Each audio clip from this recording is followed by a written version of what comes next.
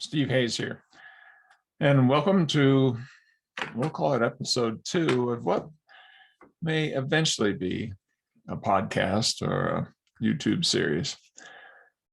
I sent out in my last newsletter a request for feedback as to how many people really wanted to see something like that happen regularly from me, in addition to the blogs that I write, newsletters that I send out. And people had different ideas about exactly the channel, but overwhelmingly, the response was positive. Yeah, do that. And I enjoy doing it. I really feel uplifted by the opportunity to share some things about what's going on in the world, in my world, in your world, and to put that together. And so it doesn't have a name. It doesn't have a schedule. But I'm calling this episode 2, and let's just see where we go. I've been spending a lot of time thinking about, watching, being horrified by the Ukrainian war, and I bet you a lot of you have too. To see a land war in Europe, to see mass graves in Europe, to see the kind of civilian death toll that we're seeing there is just a horror. And we know from everything that psychology knows that however soon this war ends, it'll continue on for decades, because it'll continue on in the hearts and minds and lives of those that have been influenced by it. And we know that that will very, very heavily include the Ukrainian people, but we know also it will include the Russian people and the Russian soldiers, these young persons who somehow found themselves in this situation with moral injuries that would chase them to their grave. But not just that, the countries into which the refugees are pouring, but not just that, all of us worldwide, in the interconnected nature of the life as it is now with our social media and our technology. You know, our children are watching, we're all watching, and we're being influenced. And part of what I've been disturbed by is how little of a focus there is on what we need to do psychologically, behaviorally, socially, in order to be able to carry the burden of the modern world. And it's not like we haven't been researching it, and it's not like we don't know some things. I've been talking to you and sending in my blogs information about the World Health Organization and what it's done in a series of studies dealing with war refugees from the South Sudan, from Syria. Because what we're facing right now, while it's a horror, isn't completely unknown. And the World Health Organization for years have been trying to figure out whether it's South Sudanese refugees in Uganda or Syrian refugees in Turkey and so on, what to do to be of help. And they reached out to the ACT community. They reached out to me and others probably in that ACT community. And when I got that call, I think it was around 2014, maybe 15, somewhere in there. And I'd been dealing with some of the things that have been happening in Africa and Sierra Leone with the Ebola crisis and things like that. And I referred them to some of the people in our community who are really awesome at being able to turn things into interventions that land well, make sense, etc. And they're not geeky at all. And in this case, we had to do it in a special way because the South Sudanese are largely illiterate, only 25% know how to read and write. And so I sent them to Russ Harris, who I think is really a gift to the world in terms of his ability to distill these things down. I try to do it, and I often have help doing it, confidential information. that I'm happy to tell you about. What I try to write for just normal folks, I have help. I have people who know how to do that, to look at what I've done and say, no, you really can't say it that way. You have to say it in a simpler way. And Russ has a good knack for it. And now, after multiple experiments, different situations with people who had already developed a mental health problem and were trying to ameliorate it, but then with people who had not yet, but who were just under the stress of this kind of situation, the Syrian refugees who had not developed a mental illness, and then looking to see in a very well-crafted study, Architurk et al., this in World Psychiatry just a couple issues ago, and finding that an audio tape and a cartoon book, a graphic novel, so that you don't have to read, actually reduce the development of mental health problems later on that are diagnosable by the current way that we do it by almost 50%. 50%. And so in my blogs, but also in my efforts behind the scenes, I've been trying to get that news out. Some of it might be a little prideful. I mean, ACT is part of it. But they came to us because we weren't targeting specific syndromes, because we had a process focus, because what we were doing was transdiagnostic to the max. And when people face problems like what we're seeing on television right now, when you look at that screen right now, you're on the edge of something that can have problems in every area. You may not sleep well. You may not eat well. You may find that you're arguing with people that you love, that you might find yourself angry or cranky for no reason, and your relationships may suffer. It isn't just anxiety disorders, major depression, so on and so on. It's everything. Because when what we're faced with in the modern world, we're stretched, we're challenged, we're being asked to do something that only happened to a small portion of the population when really dramatically horrible things were happening. Now they're available worldwide, if anything horrible is happening. And I kind of feel frustrated, frankly, at what the worldwide community of media and science and so forth has done. Where are the studies? Not the studies, where are the stories in Science Magazine or in the New York Times or the Washington Post, and on it goes, about what we know? It's as if we had a vaccine for COVID that the World Health Organization had developed and tested and found were really helpful. And when the COVID wave hit, nobody was talking about it. That's what I feel like. We have a psychological vaccine. We know that psychological flexibility principles can not only walk you out of mental health problems, they can prevent you from walking into mental health problems. If you're a war refugee, if you're stressed and stretched by what you're seeing. And if you go to the World Health Organization website and look to see what they're saying now, having done those 4 or 5 studies on what they're calling Self-Help Plus, which is an ACT self-help group, self-help program. If you look at what they're saying that this is helpful to anyone who's stressed, anywhere, for any reason, whatever, regardless of circumstance. And the reason they can say that is because the ACT community from the beginning never bought into syndromes, always had a process focused, and always had what, in a new article coming out in Behavior Research and Therapy, we call universalism as its guide. I got into psychology because of Walden too, behavioral psychology. Because in my mind, being able to go from high precision, high scope principles with non-human animals all the way up to how we run our families or organize our communities was what we should be doing. And no, we're not there. And no, that wasn't the answer. I never thought it was. B.F. Skinner didn't say it was.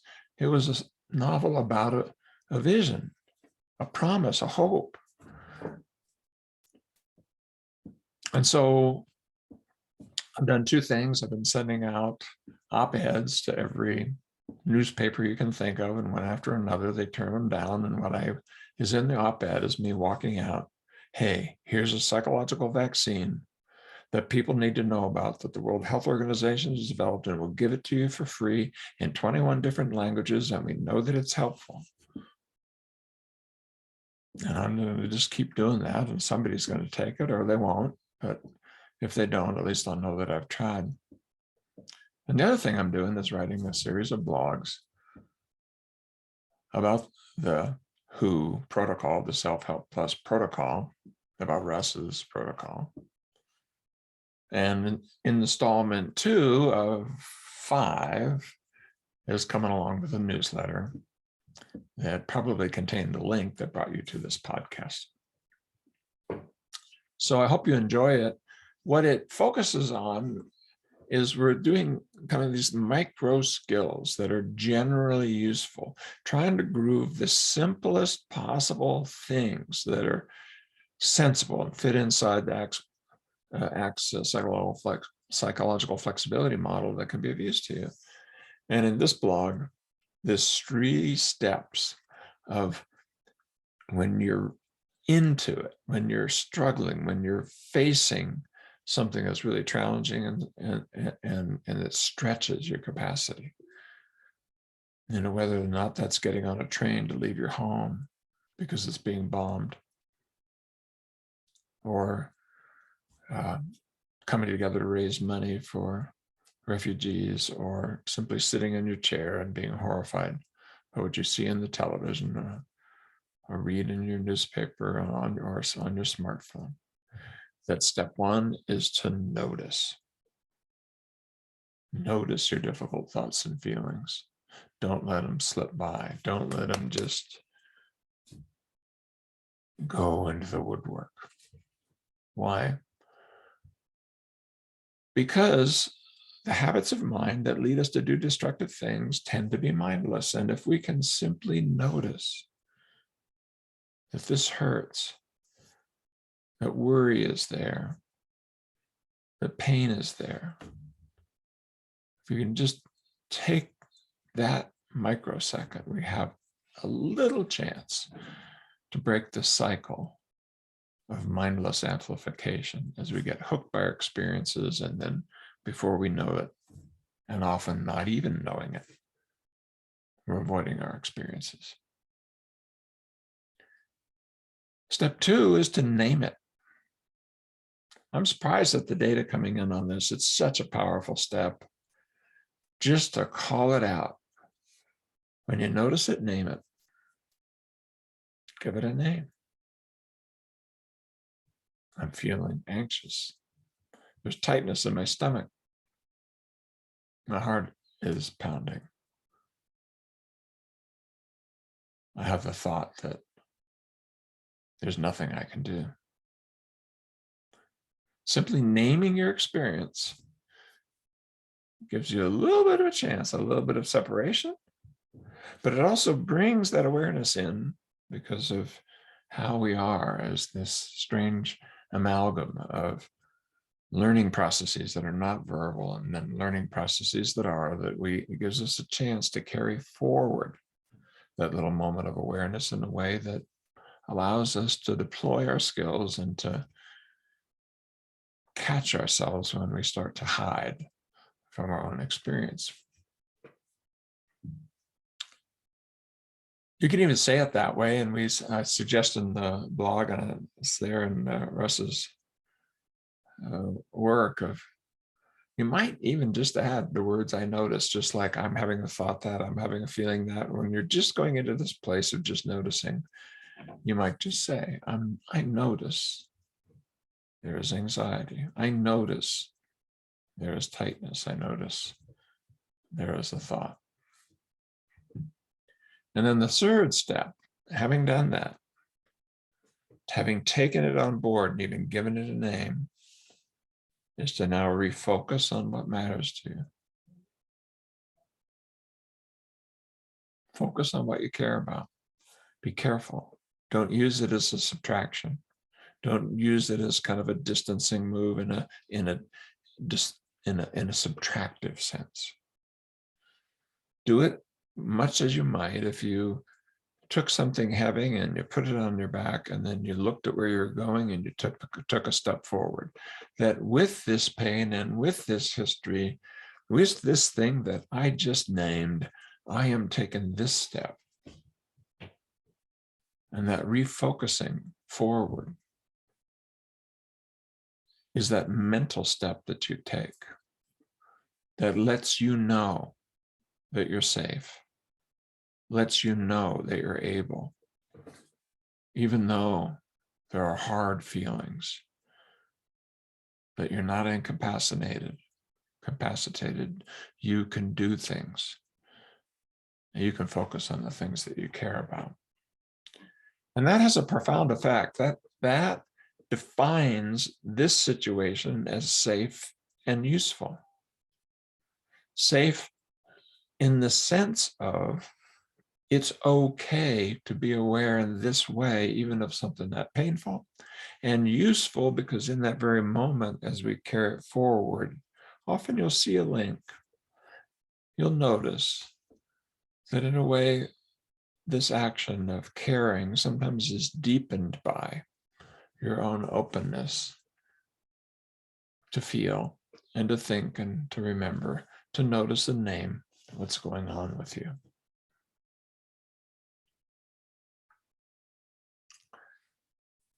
So that commitment to universalism that's in the ACT community is really an acknowledgement that it's not a matter of the ones who have it and the ones who don't, the ones who are well off and the ones who aren't, the therapists and the clients, the ones who know and don't know. It's not like that.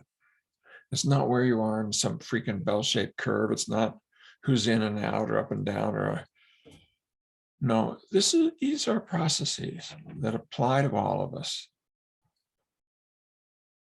that we share together.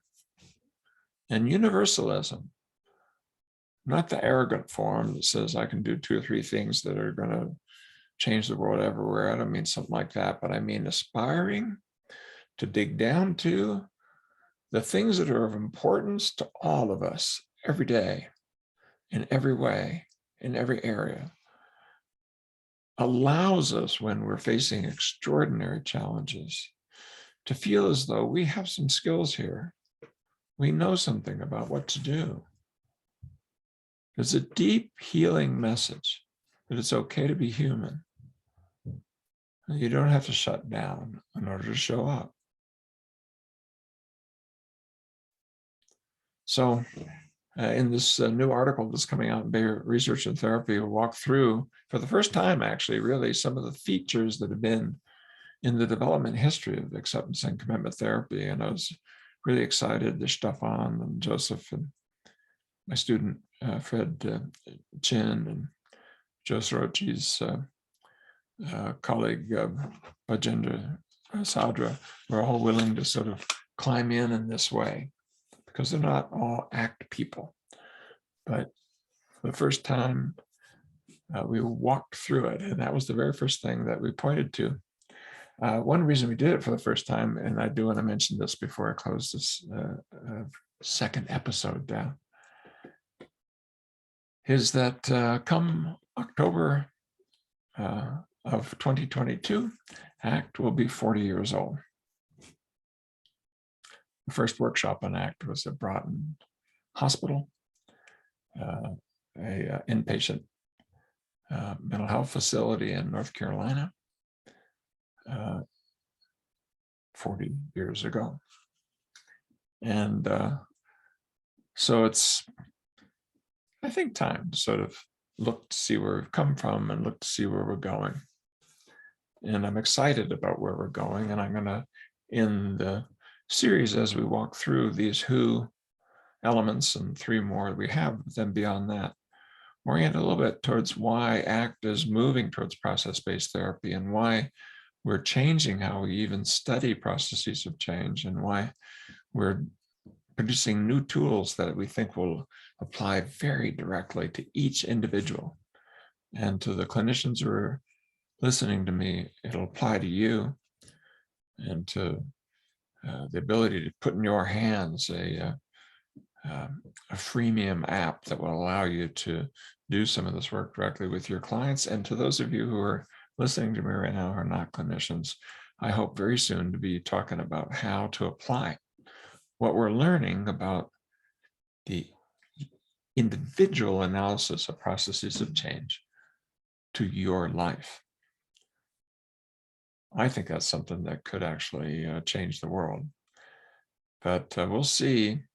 Meanwhile, one thing that could definitely change the world, I think, is for all of us who are stressed by these difficult moments, and especially by this war that we're watching. All of us should know that there is a well-validated psychological vaccine that's available. And the premier public health organization in the world has tested it and is distributing it for free.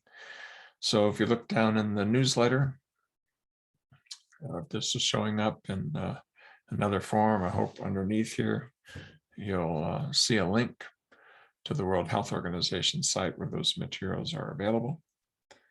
And share them with others, share them with your family or with your business associates or your friends who may need a little boost right now. And meanwhile, episode 3, 4, and 5 of the Self-Help Protocol, Self-Help Plus, will be coming out about one each week or so from my newsletter. And I hope to continue having something coming out each time in the form of an audio or video blog. I hope this is useful to you. Peace, love, and life.